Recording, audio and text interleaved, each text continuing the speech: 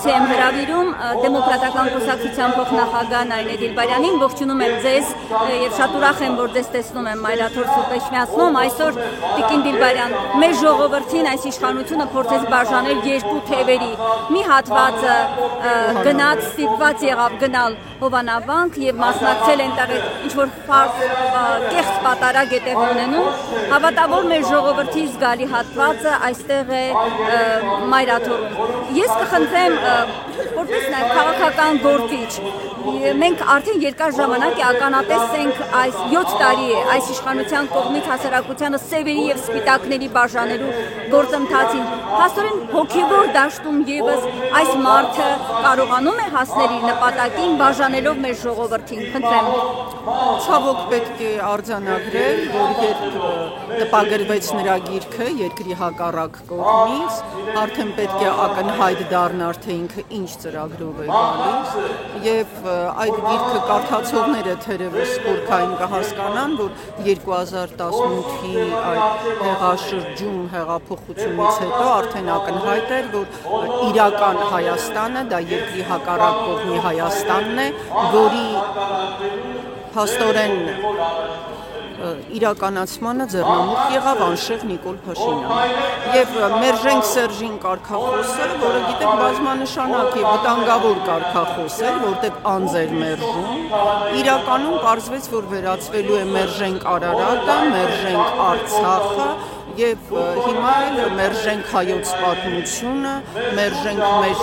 հաստատված սահմանները, բավարարենք օտարի թելադրանքով եւ հիմա եկել է թերևս վերջին արարը, այսինքն մերժենք հայ առաքելական եկեղեցու ճշմարիտ ուղղությունը, ստեղծենք աղան, որտեղ կարգալույծ արված քահանան կարող է մոտենալ Սուրբ Խորանին եւ ըստ էության բռնազավթել եկեղեցին։ Եվ ամենազարհուրելին այն է, որ մոլորյալ մարդիկ կարծում են, որ իրենք պետք է գան եւ ազատագրեն հայ եկեղեցին, ազատագրեն Վեհարանը եւ ազատագրեն Էջմիածինը։ Սա այն պարագայում, երբ Արցախում բազմաթիվ եկեղեցիներում այսօր Կիրակի եւ նաեւ մեր այլ զիջված տարածքներում սրբատեղիներում այլևս թշնամին է պղծում, քանդում, հիշենք քանի հուշարձան եւ քանի քրիստոնեական տաճար է ադրբեջանական վարչախումբը ոչնչացրել հանձնված Արցախում եւ հիմա փոխանակ ազատագրենք մեր իրական արժեքները, իրական Հայաստանը, խոսում են մի Հայաստանից, որ իրական չէ, այլ երկրի հակառակ կողմն է։ Ես կարծում այսօր պատահական չէ, որ այս հավաքվել ենք եւ այս մայր Աթոռ Սուրբ Էջմիածնի, որտեղ ըստ էության Աստվածն է իջել։ Մեր հավատքը ոչ միայն առաքյալներն են, Հիսուսի աշակերտները Թադեոսը եւ Բարտոլոմեոսն են տարածել, այլ միածինը ինքն է իջել եւ այդ միածնի լույսը, խավարը եւ մոլորությունը կցրի։ Պետք է հասկանալ, որ ժողովրդի հետ աշխատել է պետք, բացատրել է պետք, ամենասարսափելի պատերազմը դա քարոզչական պատերազմն է, որը մխում է։ Մարդիկ մոլորվել են։ Այո, դուք շատ կարևոր շեշտադրում արեցիք այն առումով, որ մերժում է ամեն հայկականը, թվեցիք։ Հիմա ցավում եմ, բայց պիտի արձանագրենք, մեզ չի հաջողվում մերժել հայկականը մերժողին։ Որն է պատճառը, որ քաղաքական ուժերին առ այսօր դա չի հաջողվում։ Որովհետև անմիաբան են, որովհետև գիտեք, եսի եւ սեփական ծրագրի կարևորությունը ստորադասկում է ընդհանուրի ու հայրենիքի պաշտպանության խնդրին։ Այսինքն այսօր էլ գիտեք ընթանում է, չէ, Գաղարշապատում տեղական ինքնակառավարման մարմինների ընտրությունը, մենք էլի ցավով տեսանք, որ ընդդիմադիր ուժերը առանձին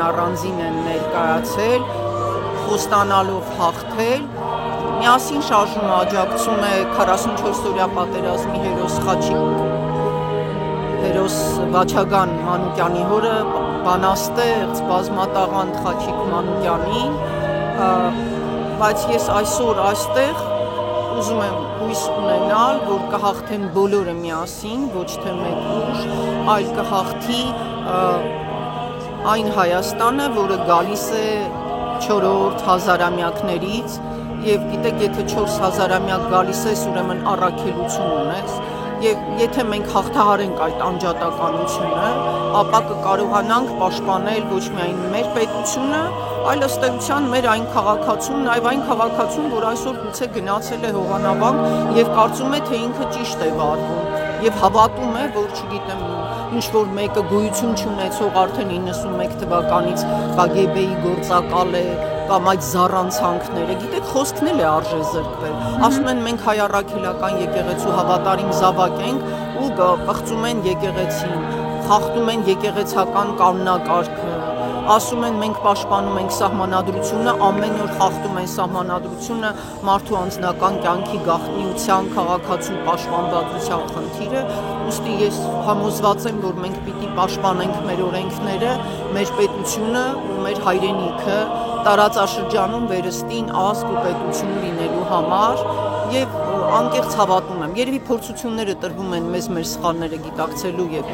ճիշտ քայլեր կատարելու համար։ Հիմա 2026-ն է առջևում, ես կարծում եմ կարող է, գիտեք, շաբաթը բաթից շուտ գա։ Ես ընտրությունների մասին հիմա դժվարանում։ Նույնիսկ կարող է լինել այո, ինքը կարող այս ամենը եւ ենթադրենք 27-ին փորձել գալ վեհարան եւ այս ըստ էության խուզարկություններ կատարել, այս բոլոր պիղծ հոլովակները մեզ մոտ արդարադատությունը հիմա կասկածելի ծագման հոլովակների արդարադատությունն է, դատավորներից շատերն էլ մեկ մարդու կամքն են կատարում։ Եվ կհիշեք ինչպես էր Նիկոլ Փաշինյանը աղաղակում եկել է քաղաքացու վրեժի ժամանակը, պարզվեց միայն մի քաղաքացի կա, որ վրեժում է Հայաստանի Հանրապետության ու հայ ազգի դեմ, դա ինքն էր։ Եվ մեզ էլի փորձություններ են սպասվում, ուստի ամուր պիտի լինել, իրենք գալու են մինչև վերջ, ես ոչ մի անկեղծ ասած կասկած չունեմ, եւ այստեղ պետք է Երևան գա կամքը կամքի դիմաց, քանդելու կամքը ավերելու եւ օրենքը սահմանադրությունը պաշտպանելու։ Մեր պայքարը սահմանադրական է, սահմանադրական ցանկացած պայքար հաջող է։